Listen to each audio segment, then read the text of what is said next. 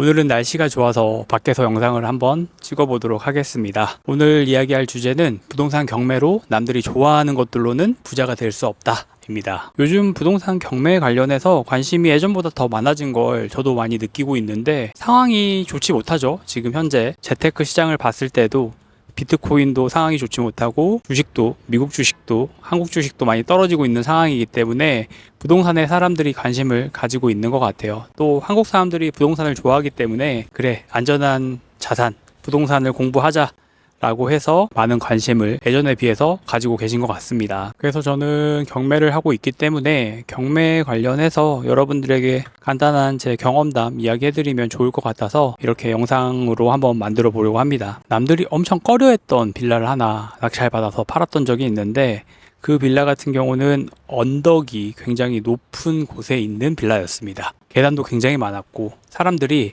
그 빌라 조사할 때부터 뭐라고 했어요. 야, 그 빌라 정말 위험하다. 그 빌라는 정말 하지 말아라.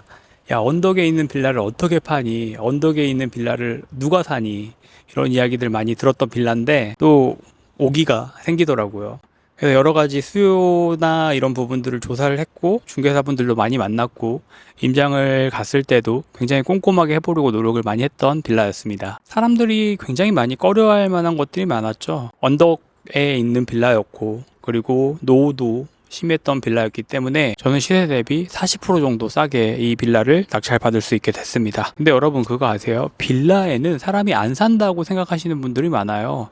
하지만 현재 시장에서 이야기를 들어보면 빌라 같은 경우는 산다, 판다 이런 부분들이 좀 적을 뿐이지 이곳에 살고 싶다, 빌려 쓴다 라는 개념으로 봤을 때는 굉장히 많은 사람들의 수요가 있습니다.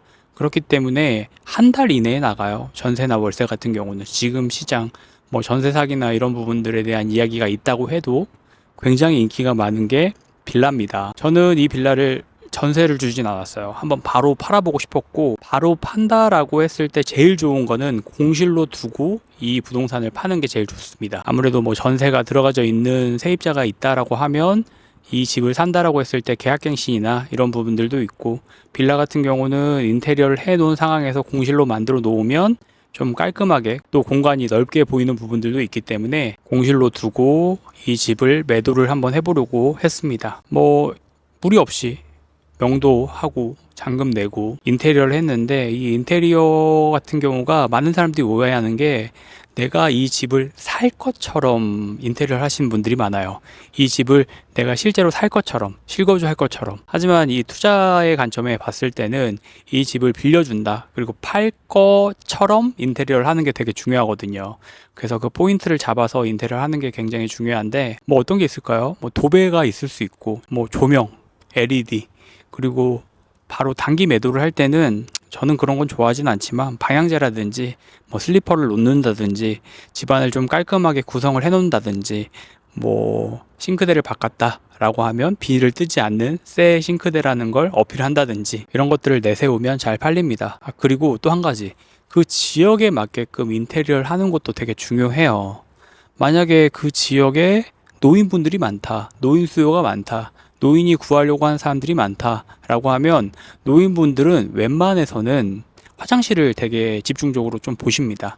다른 곳들이 좀 떨어진다고 해도 화장실이 올 리모델링이 되어 있다거나 아니면 깔끔하게 처리가 되어져 있다라고 하면 그 부분만 보고 또 들어오려고 하시는 분들이 있어요. 그리고 또 신혼부부가 많은 지역이다. 신혼부부 수요가 있다라고 하면 대부분 남자들은 여자들 손에 이끌려서 오는 경우들이 많습니다. 그래서 여자 쪽에서 어떤 주도권이 있는 경우들이 많은데 여자분들이 아무래도 주방을 좀 더 심도 깊게 보는 편이기 때문에 싱크대에 조금 더 힘을 줍니다. 다른 곳이 조금 미흡하더라도 싱크대가 관리가 잘 되어져 있고 싱크대를 새 것으로 바꿨다 라고 하면 또 그것만 보고 들어오는 경우들도 있어요. 그리고 또 그런 경우들도 있죠. 이 어린 친구들, 대학생 이 많은 또 지역들이 있습니다. 이 지역 같은 경우는 제가 아까 말씀드렸다시피 눈에 보이는 것들, 시각적인 것들, 도배, 장판이라든지 LED 등이라든지 사소하지만 방향제라든지 이런 것들을 좀 신경을 써두면 또 아무래도 확률이 많이 올라갑니다. 그런 부분들 잘 검토하셔서 인테리어 하는 게 되게 중요해요. 이 경험이 없거나 처음 또 낙찰 받거나 처음 인테리어를 하시는 분들 같은 경우는 이런 것들을 관가하고 그냥 막 내가 진짜 살 것처럼 과도하게 수리를 하는 경우들도 많이 있습니다. 그래서 그런 경우들이라고 하면 내가 또 생각했던 수익률에 대한 부분이 변경이 있을 수가 있는 거니까 그런 부분들도 명확하게 내가 알고 계획적으로 접근하는 게 되게 중요하겠죠. 그래서 이 빌라 같은 경우는 제가 시세조사를 통해서 1억 정도에 팔린다라는 걸 알았고 제가 6천만 원 정도의 낙찰을 받은 거니까 한 1,000만 원에서 1,500만 원 정도 올 리모델링을 하면 괜찮게 팔릴 수 있겠다라는 생각이 들었어요. 사실 빌라 같은 경우는 1,000에서 1,500만 원만 투자를 해도 굉장히 많이 바뀌거든요. 샤시가 되어져 있는 상황에서 내부만 뭐 싱크대, 화장실 올 리모델링을 하고 도배장판 이런 것들만 잘 1,000만 원어치만 바꾼다고 하면 정말 새 집만큼 컨디션이 만들어집니다. 그리고 또 그걸 보고 사람들이 많은 관심을 보이기도 했던 물건이었죠. 어찌됐건 저는 이 물건을 시세 대비 10% 정도 싸게 내놨어요. 시간은 좀 걸릴 수 있지만 산다는 사람이 있다라고 하면 제 물건은 1등이 되는 거예요. 이 지역에서. 왜냐면 인테리어도 잘 되어져 있고 공실이기도 하고 비어져 있는 곳이기도 하고 깔끔하기도 하고 그렇기 때문에 산다는 사람이 있다라고 하면 1등이 될 수밖에 없는 물건입니다. 그리고 제일 중요한 건 뭘까요? 시세 대비 1,000만 원이나 쌉니다. 10%가 싸기 때문에 이 물건을 9천만 원에 산다는 사람이 있었죠. 자, 그러면 우리는 이 물건 얼마에 샀나요?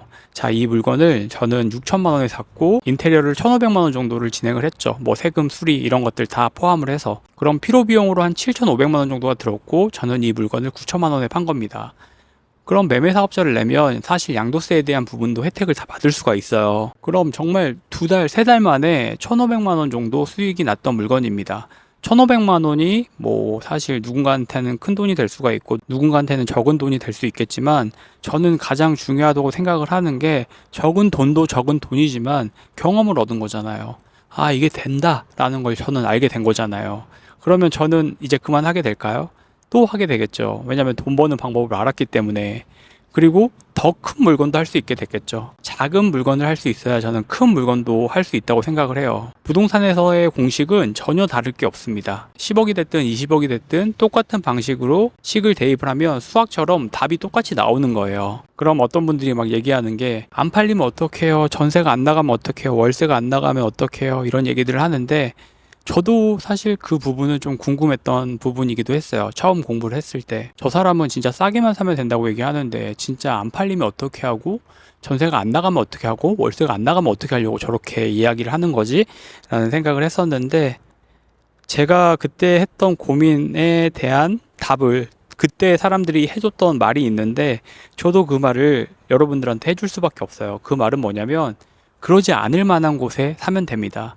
내가 공부를 하고 경험을 하고 철저히 조사를 한 다음에 팔릴 만한 곳, 전세, 월세가 나갈 만한 곳, 그곳의 경매를 낙찰 받으면 돼요. 하지만 사람들은 그런 물건들보다는 그냥 우리가 평범하게 좋아하는 그런 물건들을 경매라는 이유만으로 싸게 사고 싶어 하잖아요. 아파트, 서울에 있는 아파트, 남들이 다 좋아하는 그런 아파트들을 싸게 낙찰 받을 수 있을까요? 저는 빌라를 낙찰 받았기 때문에 남들이 싫어하는 빌라를 낙찰 받았기 때문에 시세 대비 40% 정도 싸게 낙찰을 받을 수 있었던 거예요. 그리고 그거에 따른 수익을 또 낼 수가 있었던 거였죠. 그래서 저는 경매를 항상 해보고 싶어 하시는 분들에게 이야기해 드리고 싶은 건 경매는 경매답게 하는 게 되게 중요합니다.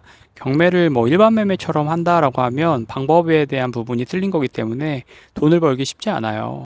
그리고 포기하는 경우들도 워낙 많기 때문에 이런 부분들 잘 생각을 하시고 접근을 해보셨으면 좋겠습니다. 이제 봄이 됐고 날씨도 워낙 좋기 때문에 저도 밖에서 영상 자주자주 한번 찍어보도록 하겠습니다. 오늘도 긴 영상 봐주셔서 감사하고 내일 또 좋은 영상으로 돌아오도록 하겠습니다. 감사합니다.